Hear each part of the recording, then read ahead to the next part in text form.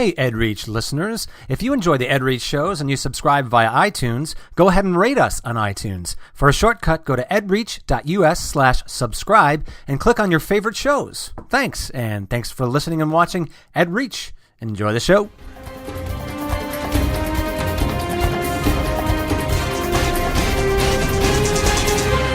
You're watching the EdReach Network.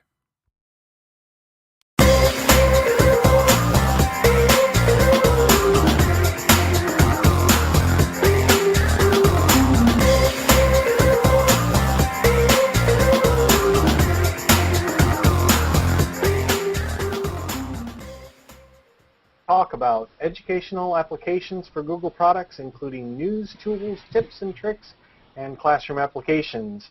I'll be your host, Fred Delventhal. This week we have with us, starting with Diane. Host Fred Delventhal. Diane Main. Kevin Brookhauser. And Sean Williams. All right. And do we have echo happening? We're getting some feedback here. Someone needs headphones. Or to turn that off. All right, so join the Google Educast in a few moments on Google Plus on the on-air Hangout, or on our shortened URL, the bit.ly, bit.ly, Educast51. And we're going to go right into the news. And first up, there's these first two are not really new news. They're not really new, and they're not really news. And but, that takes us to Diane. Yeah, sure. They're not new. There are some blog posts from a while back from Tech Republic, but Lisa Highfill was sharing some stuff out. I think she shared out the first one, persistent myths about Google Docs, what you can and can't do with them. And then when I went to read that one, I saw a link to this other one, which was probably a little over a year old, and it was also some myths about Google Sites and things that I didn't realize people didn't know you could do or couldn't do or whatever. And so, okay. Sean, do you want to share just a quick glance at what those look like? I'm gonna pull these blog posts up, but there were a few things. It's funny. I didn't think that these were myths, and I wasn't aware that these were things that people believed about docs, for example.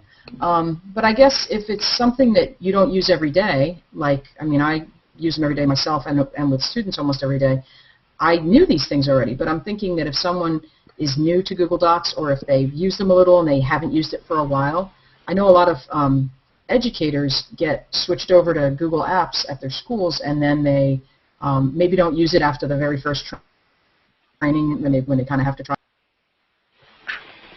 it out. People apparently think is that you can't convert Office 2010 files into Google Docs, which is not true. Just a few other items that I guess were persistent myths out there. Google Spreadsheets do not support complex data analysis. I don't understand complex data analysis, so I didn't know that either. And then just some things about your storage and whether it taps into your email storage limit. Animations and presentations, that's something that even when it was only incremental reveal was available, now there's more animation options. And just some stuff about what you can do with docs. And then I really liked the one about sites because it brings to people's attention that there are a few newer features. So for example, some people think you need to know HTML to create Google Sites, which is usually the first thing we say, oh, you don't have to know HTML. And then other people think you can't use any custom HTML, and so there's a WYSIWYG editor, but then there's also the HTML button and things like that. I guess some people thought Sites was only available for Google Apps, like for business or education or something, which is not true. And then there was one other one, the page level permissions. That feature is only in the last maybe less than a year, but that's a really handy one, and if people haven't used Sites in the last year, they may not know that that's there. So just thought those were some good things. It's a good summary that people can look at to find out some things they might not have known. All right. Very good. I was really... Oh. Go ahead. Sure. No, I was just... I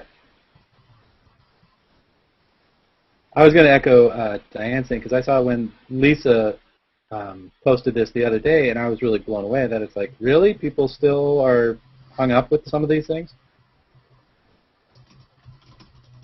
Yeah, I would have added security. I think a lot of people believe that their work on Google Docs is always publicly available out on the web. People are really scared about the cloud, but they don't realize that everyone uses the cloud. Well, almost everyone, as it is. We already put some of our most secure data out there, but for some reason, for some people the word Google attached to it, they seem to think that their stuff is more vulnerable, but the truth is it's just as secure as Google's own data, their own private data. Yeah. And the user has a great degree of customizability in terms of who they want to be able to see things, edit things, even just comment on things. Right, and then I see people that they look at sort of the simplified interface of Docs and other things in Google, and they think that, well, it won't be able to do everything that I can do with Word or Excel or something, and they just haven't dove into it far enough.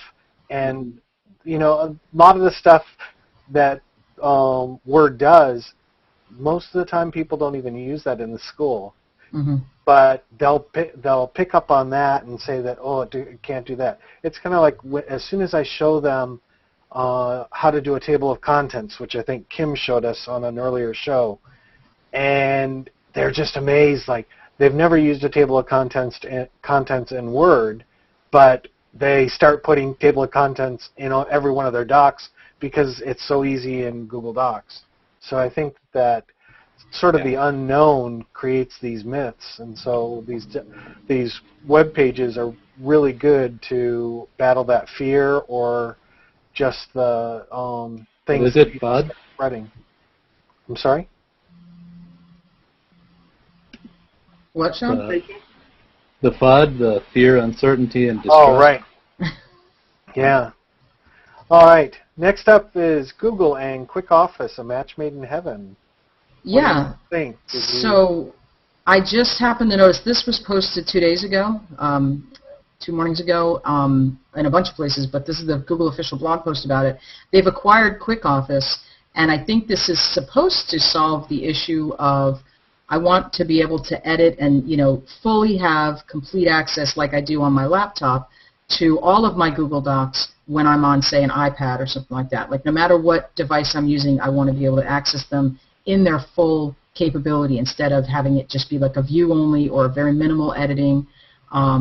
So this is supposed to maybe address that problem. So they've acquired this Quickoffice, and it's supposed to enable Google Apps users to get stuff done from anywhere with anyone on any device.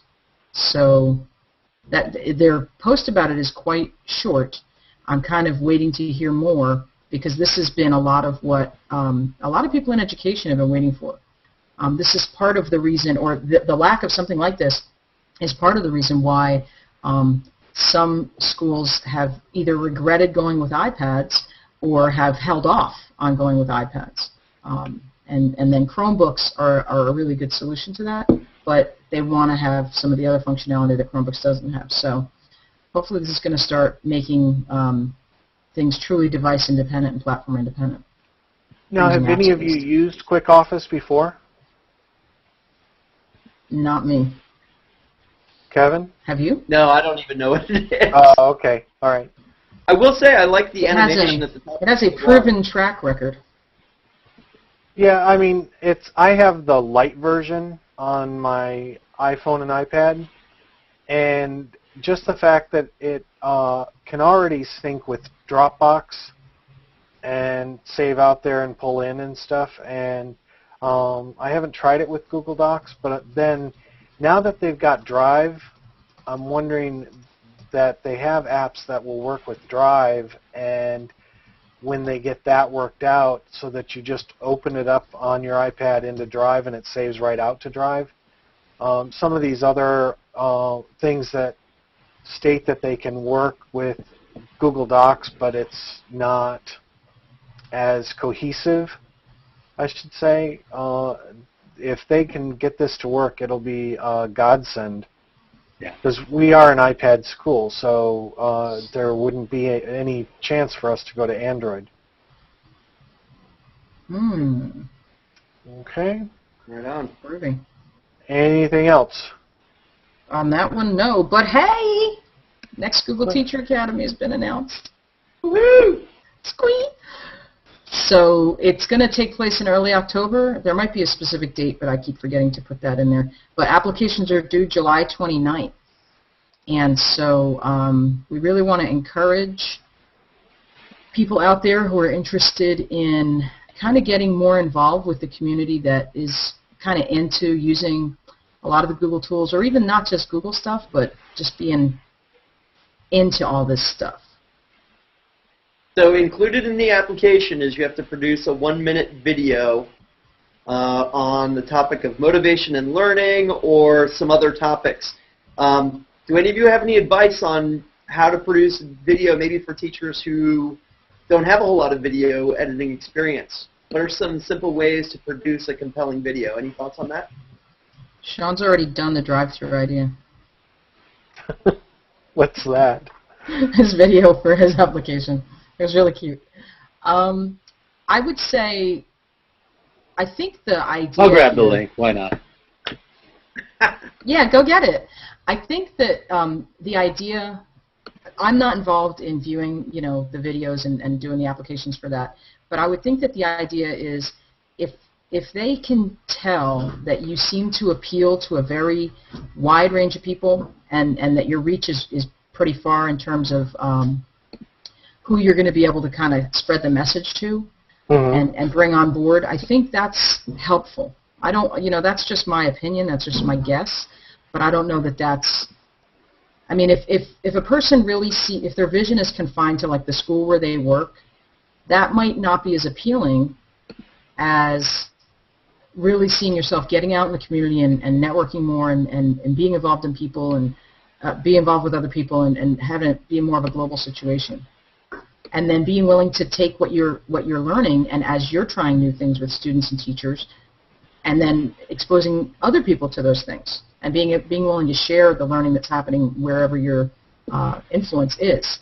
I think that's a big part of what they look for. Yeah, and in terms of going back to the video and what people should maybe think about, I think that there's no set rules. You'll see some past ones on YouTube. If you just search for GTA or GCT even, you'll find some of the videos, and not to be put off by the really creative ones or the ones that have a lot of views, because you'll see people that are tremendously creative, and then you'll see other people that just sat in the front of the camera in their kitchen and said, this is what Google means to me, this is what learning means, this is right. And they expressed that and they got in. It was kind of neat at ours. I was in the G Taco in Boulder, and when we came in for breakfast, they had all of our videos playing, and I was amazed because there were some of them that weren't even posted on YouTube. That it was just kind of neat to see the broad range. You couldn't find, this is what they picked up on, because there were so many different ones. I mean, mine didn't have any talking whatsoever. And I think a lot of people get kind of hung up on like producing a video and having it be awesome. But I think it's more about being able to produce it and publish it and having a good story to tell. Yeah. Yep. And there does seem to be a trend in the Google Education. They're really trying to get classes outside of the classroom and taking on projects that are maybe helping people outside of the classroom. That might be a topic that if you're doing something in your class that is impacting your community, making a good impact in your community, then I think that would be a really compelling story to tell, and it would be compelling to see that video. And why would somebody want to go to the Google Teacher Academy? Well, the quick answer is then you get to hang out with great people like you guys. But I mean, honestly, there's like a huge community of great people that you connect with and you have this automatic connection with. Mm-hmm. Yeah, the Academy itself is great. It's 2 or 3 really intense days of workshops, and you learn a lot. But the real value you get out of getting into the Google Teacher Academy is the networking that you have afterwards. You know, the academy that I went to, I wasn't involved with any of the 3 of you, and I wouldn't have known the 3 of you had I not been a part of it. But there's Exactly. an online community that's very rich. Constantly brilliant posts are being put out there, ideas of brilliant teachers doing new things. I'm constantly inspired by just the online community that we have of Google teachers, Google certified teachers. All right. So definitely check that out. Get your application started. Don't wait until the night before, July 29th, in order to get going on it. And we are moving on to the Google Maps announcement. This was foretold last week that they would be making an announcement on June 6th, a new dimension in Maps, and they did. So did anybody catch the announcement live on a Google Hangout? I saw that it was going on, and I couldn't watch it because I had kids. Stinking kids. I want that Street View backpack. Ah. Does Street View backpack? Oh my God, it's so cool. So I don't know if you've ever seen the Street View car around your neighborhood. I've seen them near Google. I see it every once in a while. When I was in Amsterdam, I saw it go by.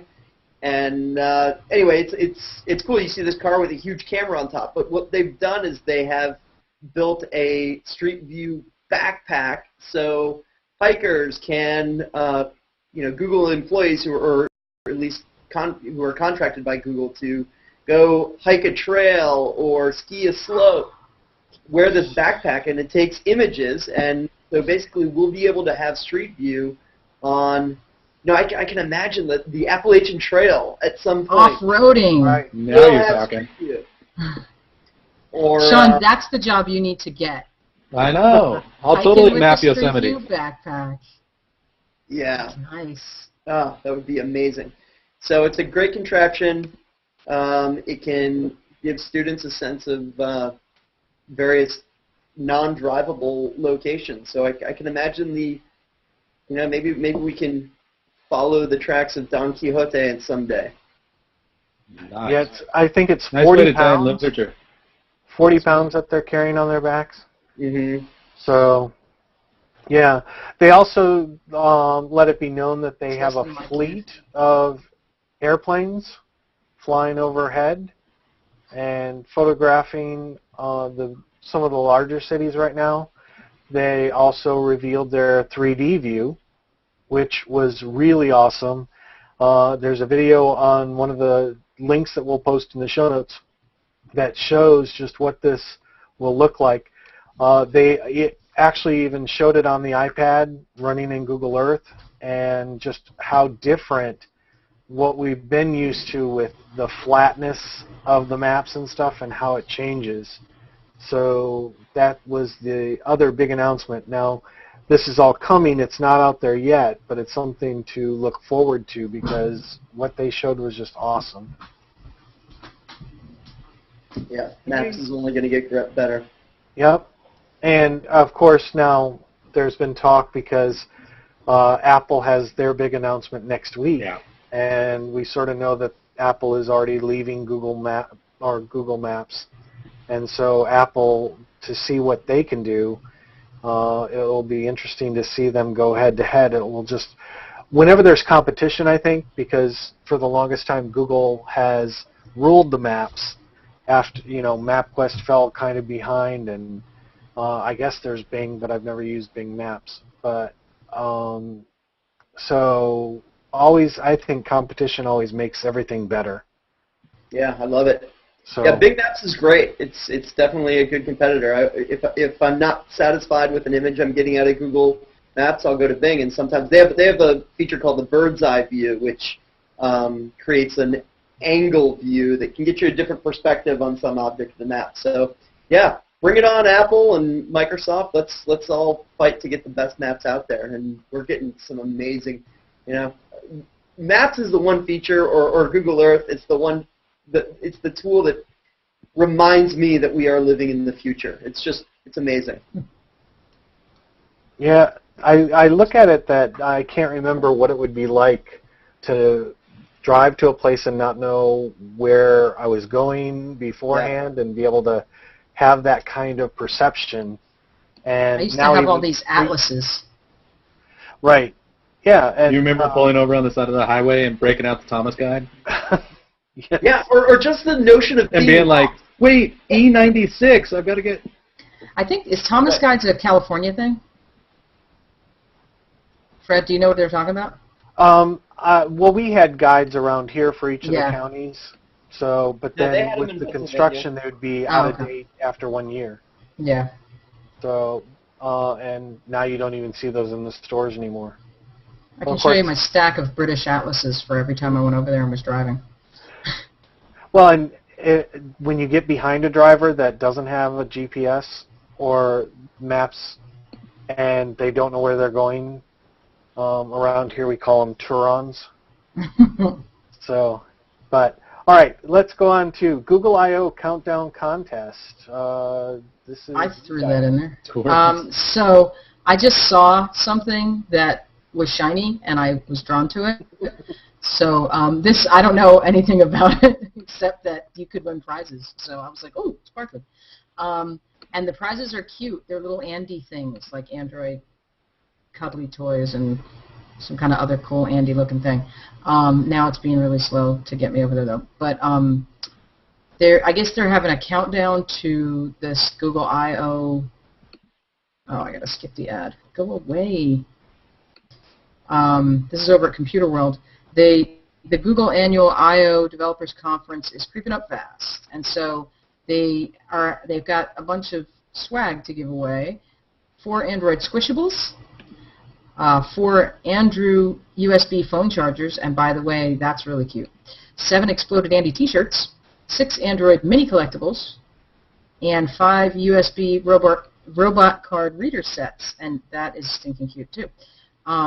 So 26 different prizes, and basically all you got to do is leave a comment on that page, or follow Android Power on Twitter and tweet this little tweet. Publicly share this page on Google+, or like the Facebook page and leave a comment on the countdown contest post on the wall there. So this guy, J.R. Raphael, is really throwing it out there. So if you like Andy swag, yeah, jump in there. Really easy, too. Yeah. No hoops to jump through, really, except for just share it out. Except for those 4. But you only have to do one of those things. But I wonder if you do all those things if you're entering yourself multiple times. Wouldn't that be fun? Yeah. But I just thought if people are into the Google stuff that watch this show, they might want to go get themselves some swag. Fantastic.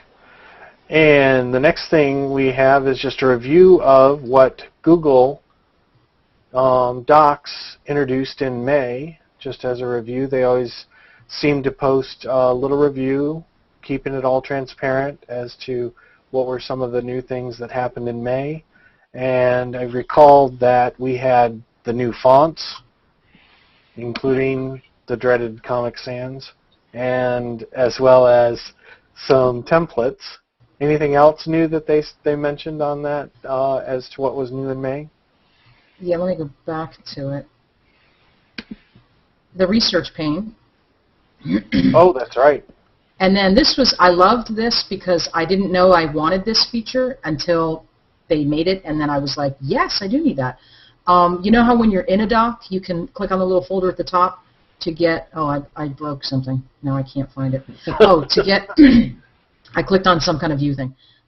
You know, you could put a doc in a folder. Now they're called folders, not collections. Without having to leave the doc, you just right there, the little folder icon appears next to it. So I love that because that's something I always wanted to do, and I didn't think about it. But I was like, this is annoying.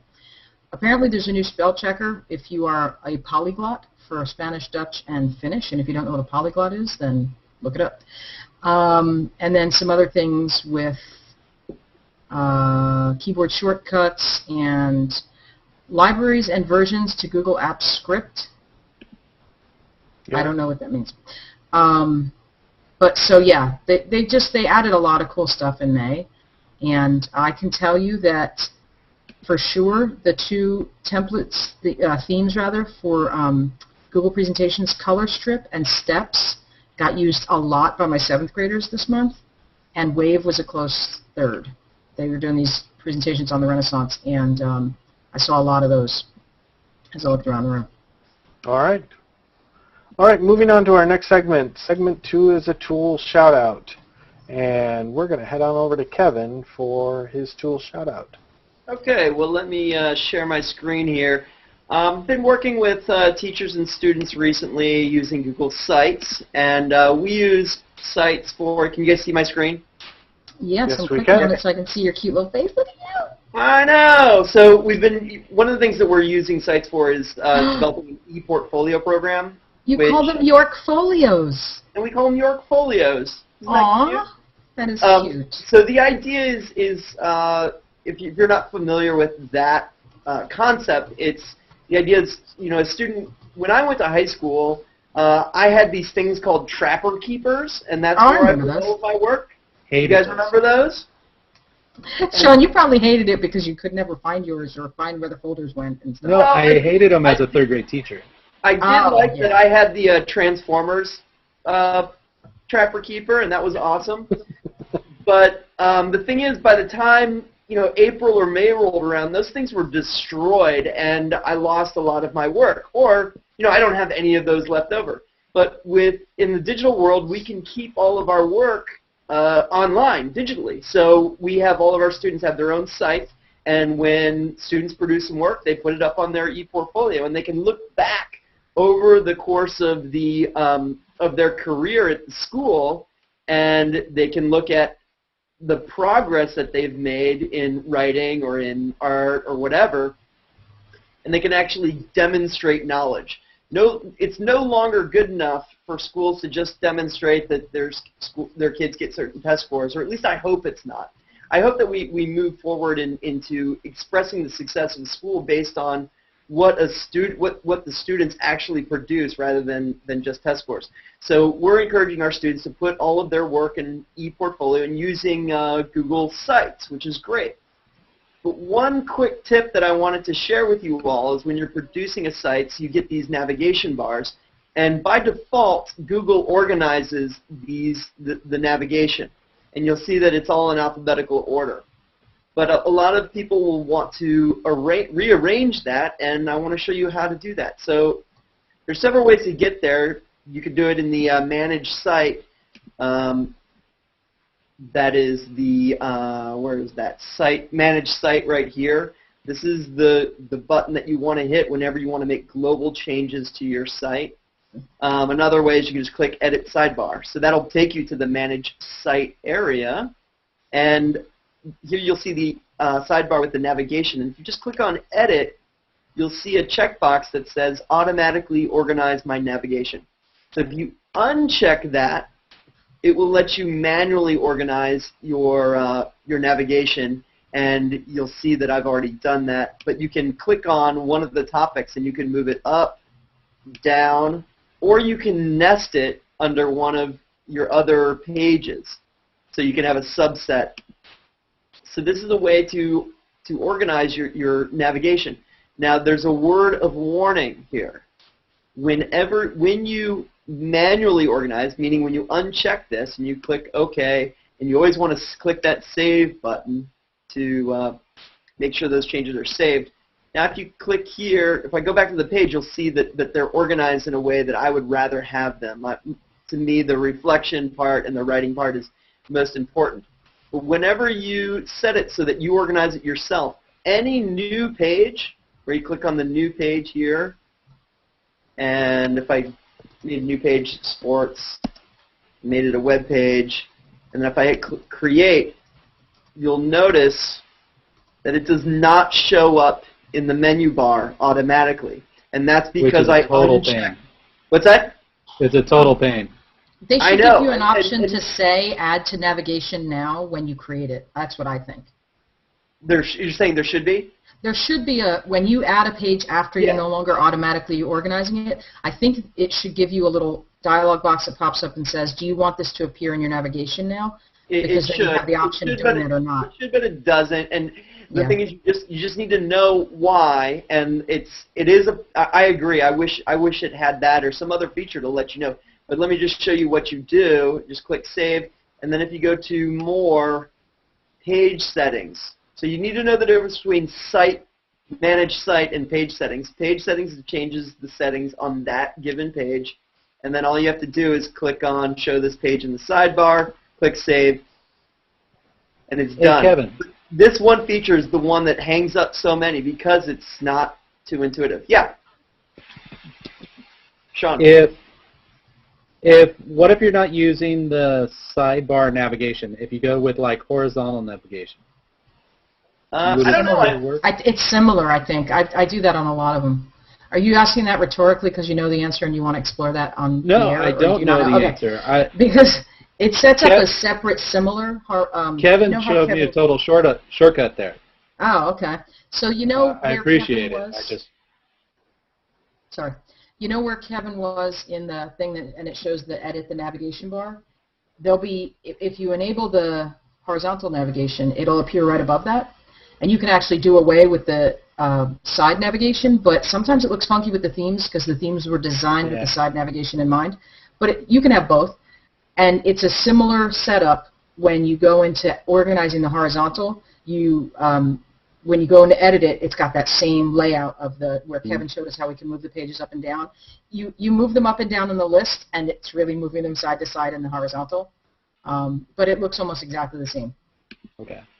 Yeah, I tend to like the vertical only in that you can just fit more in. But no, I just wouldn't.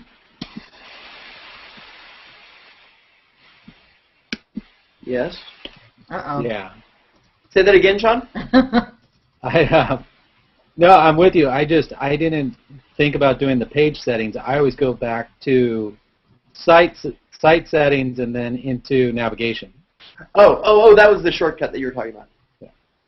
Yeah. Cool. All right. Very good, Kevin. Thank you very much. Mm-hmm.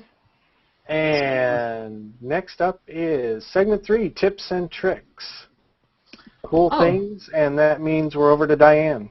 Yeah, I happened to notice this yesterday. The Google account put this on their feed on Google Plus yesterday, and it has to do with searching for images from a specific date, and you can filter the desired time period. They used, of course, the Queen's Diamond Jubilee as an example, but we have a link in the show notes to the post, and then you'll see this kind of thing. But you can say you want images from the past 24 hours, and so it's going to limit the search to things that have been published during that time. So, like, it's handy if you let's say you saw a blog post or a news article or something where there was imagery that you wanted to go back to and then you couldn't find it again. If you did a search for just the images, you could say, well, I know it was in the past 24 hours, so I'll limit it to that, and then that should be what it shows you instead of showing you everything that ever was published. So I thought that was pretty handy because if you are trying to get pictures that are related to current events, you're going to get the stuff that's recent as opposed to everything under the sun with that search term. So I just thought that was fun. Yeah. I could see it being used with the transit of Venus. Because wasn't there a transit of Venus back when, like, 2004 or something? And you'd want the most current pictures of transit of Venus, not the old pictures, because I'm sure that it looks a lot different of a black dot moving on the sun. Transit of Venus only happened every couple hundred years. Well, I think there were a few close together, and now it's not going to happen again for a while. Right. Now it's not, yeah. So, all right, and I'm up with the next tip or trick, and that is what to do on your summer vacation. I know that there's a lot of teachers that are switching or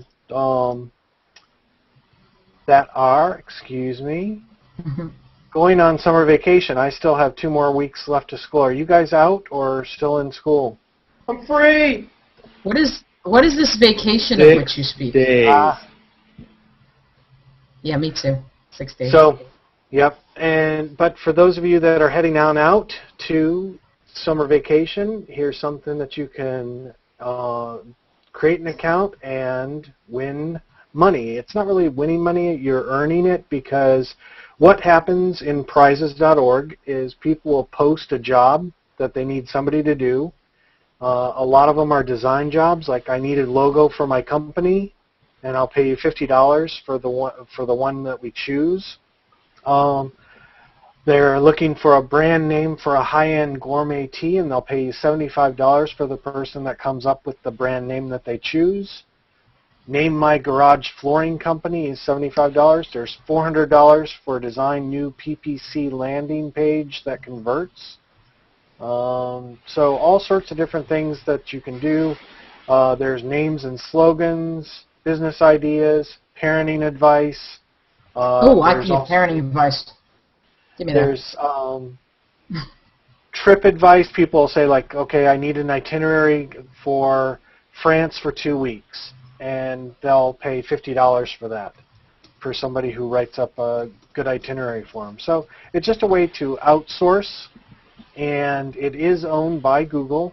It's a subsidiary called Slide, which I'd never heard of. Have you guys heard of Slide?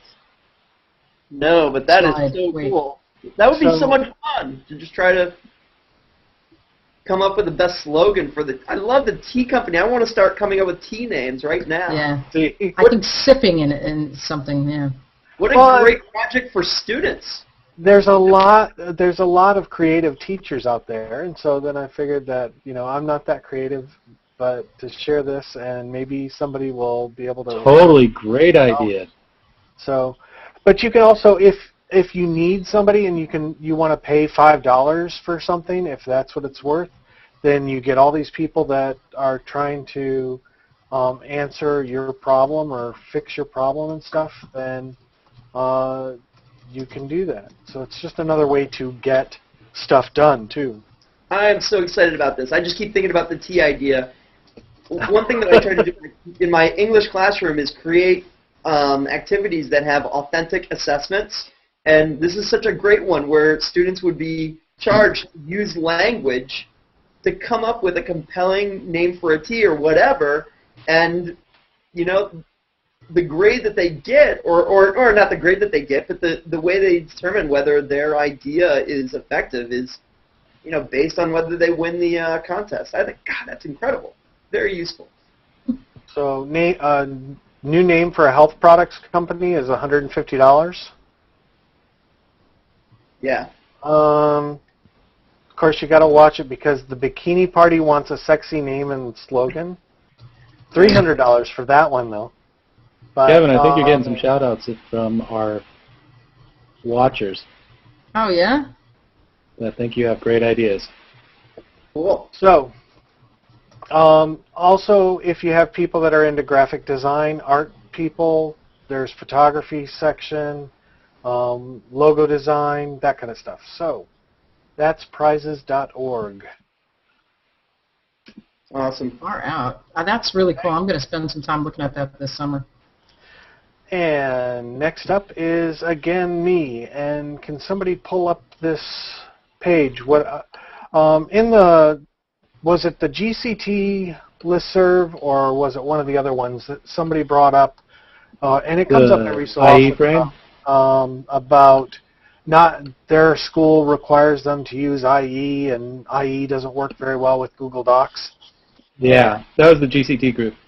And we have some things in our school where the website requires IE, and so what I was looking for my teachers was a solution to that, because I'd like them to start using Google Chrome just because of all the features that Google Chrome offers that other web browsers don't. The first one, and this one was suggested in the Google Docs help. Whenever you're having help, there's a support page that says, make sure that you've done the following. Make sure that you're using one of the latest 2 versions. They only support the last 2 versions of a web browser, meaning that, say for Google Chrome, it's 19 now and 18. Firefox, it's going to be 13 and 12, because 13 came out this week.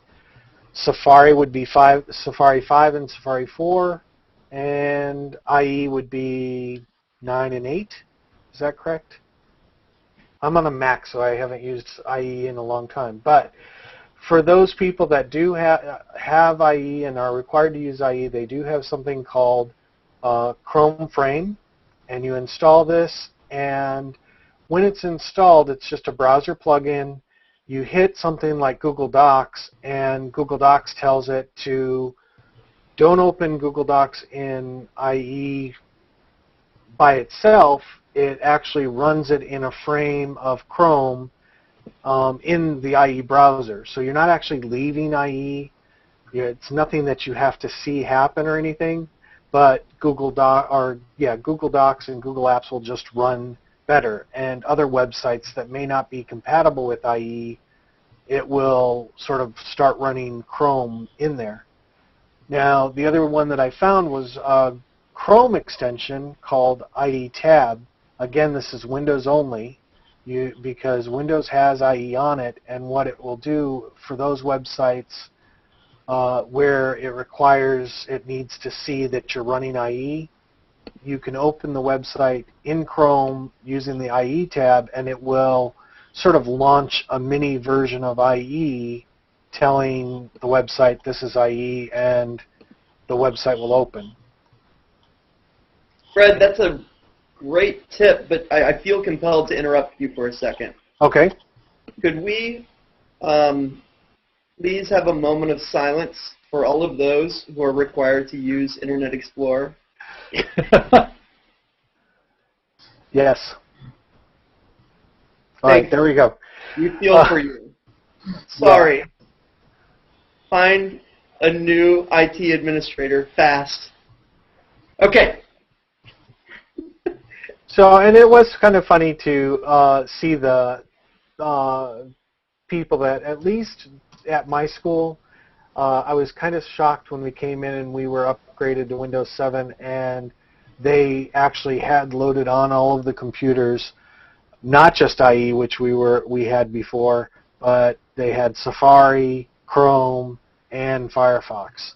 Now, if we could just get them to keep them updated as new versions come out, then we'd be all set. But at least the teachers are given a choice, and that's something that we were always pushing for, as to there isn't just one browser, because not all websites work with one browser. And my teachers now know that if they have a site that's not working properly in their favorite browser, they open the site in another browser, and the lesson goes on. Yeah. But those are just two things that I found that may help those people that are stuck in IE heck, and so hopefully people will find it useful. We have another Chrome add-on in the show notes, and that's scrolling for Chrome. So who's got that one? Yeah, I dropped that in there. Kevin, you said you're using a MacBook Air, right? Correct. Well, you know, with the latest OS, the scrolling's kind of backwards on a Mac. Yeah. But once you get used to it, it totally makes sense, right? Yeah. You treat it more like a tablet, yeah. Not to me. So this is an app that lets you, or an extension that you can run in Chrome to give you that kind of scrolling in your Chrome experience. Don't I automatically have that experience in my Chrome? On your MacBook. On your MacBook Air with the latest OS.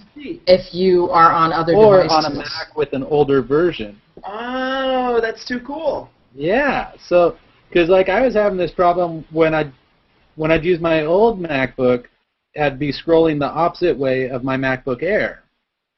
So now, as long as I'm running Chrome, I scroll the same way everywhere I go. Yeah. Yeah, you need to go through about 48 hours of disorientation and vertigo and nausea. But then once you buy into it, it's like, yeah, why wasn't it this way the whole time? So you're controlling the page, not the scroll bar to the right. Exactly, and it makes total sense once you start doing it. Come to this side, Diane. No. It's worth it. No. Yes. Go through the page. No. Well, when I start my new job and get my new computer, I won't even have health insurance yet. I can't have 2 days of nausea without health insurance.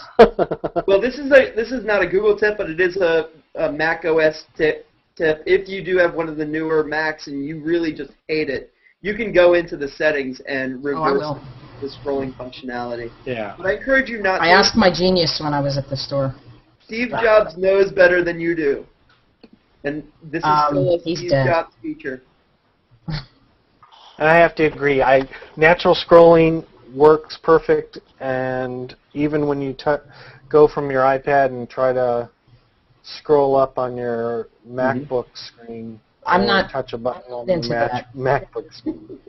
So, I opted out of natural childbirth, and I'm opting out of natural scrolling.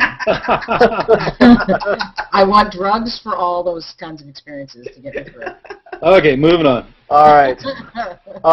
Segment 4 is where we take a look at classroom applications, cool things that we or others are doing with Google in the classroom. And that brings us back over to Kevin, who's always doing cool things.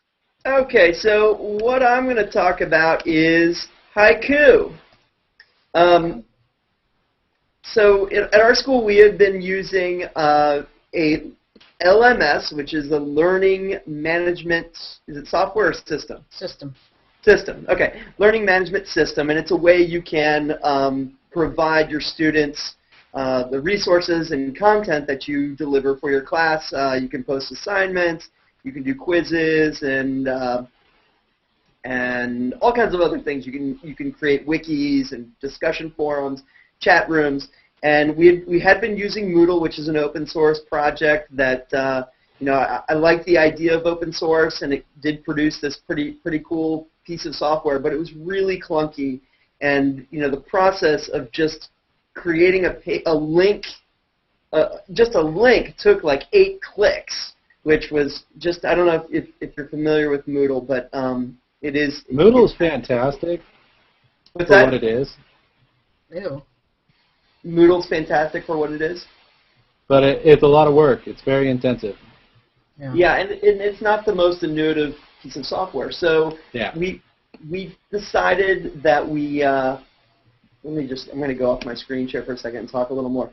So we were about to take on a new learning management system that's called Canvas, which is a little more oriented to the university level, but we just loved the features it offered, the simplicity, the notifications. Canvas is so it's a different LMS, and one of the features that it has that's unique is that it's tied to social networks in an interesting way. So it's tied to Facebook and Twitter in a way that might be useful for students.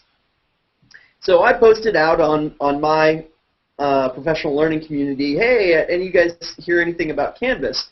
And Chris Kraft, another Google certified teacher, said, yeah, heard it's good, but definitely check out Haiku. So I went over, and I'd heard that some of my friends' schools were using Haiku, and it's a different learning management system. It is paid, but it is tied to, okay, let me bring it up. It is tied to Google Apps for EDU. So if you are a Google Apps for EDU, you can do single sign-on. So if you're signed into Google, you can just click more, and it'll take you over to Haiku, and they do work together. But it's very similar to Moodle, but it's just a lot more intuitive. It's a lot easier. The central thing about Haiku is you've got your page. Like, this is a class page. And if you want to add something, you just click Add Content Block. And you can add a page, links. It's tied into Flickr. And then there's the Embed the Web feature. And you can pretty much put anything that's embeddable right there. And then there's a YouTube feature, or if you just paste in a YouTube link, it will add that video in that page. This account right now, which is a huge selling point for Haiku. What's that? The Embed the Web feature, compared to trying to put something into Blackboard, oh my gosh. Oh my God, it's so much easier. Now, we haven't yet tied in our Google Apps for EDU account with Haiku. We're going to do that this summer. But if you did have those connected, you would see next to on-page text, you would also see Google Docs. So if you click on that, it will bring up all of your docs right there, and you can just embed a Google Doc right into your classroom site. So it's really cool. I'm a huge fan, and it's fast, so it's worth checking out. And the customer service is great. There is a cost associated, but it's definitely comparable to Moodle if you're not hosting your own Moodle rooms, or if you're not hosting your own Moodle. If you're having Moodle rooms hosted, the cost is we found that it's relatively similar. And, Kevin, I see that you have the calendar on there. Is the calendar linked to Google Calendar? Good question. Not now, but the guys at Haiku, I actually was in contact with the founder and president of Haiku, and they are working very hard to make that happen this summer. And it's not going to be a superficial connection. It's not just mirroring or anything like that. From what I understand, I think you hit on. It's going to be a deeply integrated connection where edits placed in Haiku will show up in Google, and edits placed in Google will show up in Haiku. I am astounded that they can pull that off, but that's what they say that they're going to do. So keep your ears open. Well, I think that's one of the things with Haiku that really makes them set apart from the others is when dealing with them, it still has that small company feel. I mean, they're almost like a startup, and they're responsive, and they're on top of things, and when there's a change to be made, they take care of it. Yep. And yeah, they're hungry. It's great. They're putting together an amazing product. Yeah. And there were some features in Canvas that when we built this huge spreadsheet of features just so that we could help us make this decision. And there were some features in Canvas that Haiku didn't have, but the more we explored with Haiku, there were lots of creative workarounds that you could have. So like one of the things that Stanza has is the ability to press a button and it would automatically bring up a flash tool that would capture your webcam, and you could just record a video right into Canvas. You can't do that directly in Canvas, but you can't do that directly in Haiku, but with the embed the web feature, you can find third-party tools that will allow that to happen. Yeah, I called it Stanza. It's Canvas, yeah. Okay. Because I was like, oh, I lost track there. Not Stanza. I don't know what Stanza is. It's part of a poem, so it could be one line of a haiku. No? Oh, I know what a stanza is, yes. Yeah, I was going to say, you teach English, no? Yes. All right. Anything else, or else we're going to wrap it up now? Just got some shout-outs and stuff at the end here. All right. California GAFE Summit. What's that? Google Apps for Ed. Summit is coming up. It's only about a little bit over, 6 weeks away. Mm-hmm. All right. And I threw something else in there. Richard Byrne had a great blog post. Yes, everyone should go. We're going to be there. I believe 3 out of 4 people on this Educast will be presenting there. That's right, baby. Did anybody notice Richard Byrne's on Free Tech for Teachers post this week? Awesome. 10 things to make yourself an EdTech star. Some really cool ideas for over the summer. That vacation that Fred mentioned earlier that some of us have, not me. Yep. But there's just some really neat things when you've got a little bit of downtime and that decompressed time away from students. Even if you're working on other stuff or whatever, there's some really good suggestions in there. And he also asked if people had other suggestions to add. But then we've also got Vista for Literacy. Support Vista for Literacy. Our pal Rustin Hurley at Next Vista for Learning has spent 6 years building a free library of short educational videos by and for teachers and students everywhere. This August, they will train students in Mexico to create simple, fun, and educational videos. Funding for the trip is secured. However, you can help them buy cameras and microphones that these students sorely need for this project, and future video projects. Videos made as part of the Vista for Literacy project will receive feedback in order to help the students develop their digital media skills. So, if you can, please support the Vista for Literacy project and help take education forward in Mexico. Go to tinyurl.com/Vista for Literacy and make a donation today. Next Vista for Learning is a U.S. 501c3 nonprofit educational charity, and your donation may be tax deductible. No, tax deductible. Tax deductible. Yes. Oh, that's true. Tax deductible is good. Don't blah blah my tax deductible. And once again, that tinyurl.com/Vista for Literacy.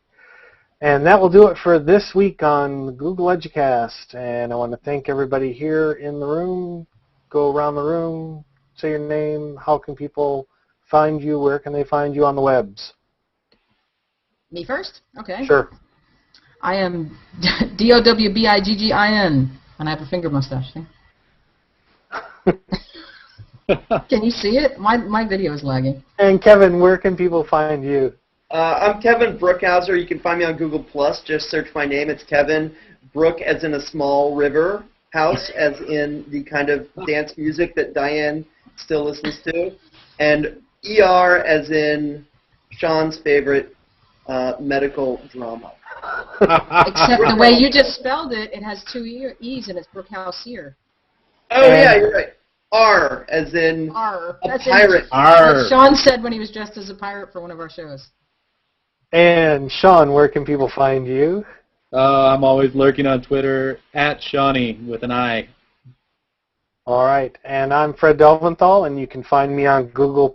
You can just search for Fred Delventhal, and that will do it. Follow @EdReachUs on Twitter, and like our Facebook page at Facebook/EdReach. It's a great way to get the latest blog posts, podcasts, and news coming out of EdReach. You can always shoot us an email at googleeducast, all one word, all lowercase, at edreach.us. That's us. That is us. Right. And thanks again for joining us. Continue the conversation at edreach.us. We'll see you next week. That is us. Bye. Good seeing you guys. Thanks for talking. Okay, bye-bye.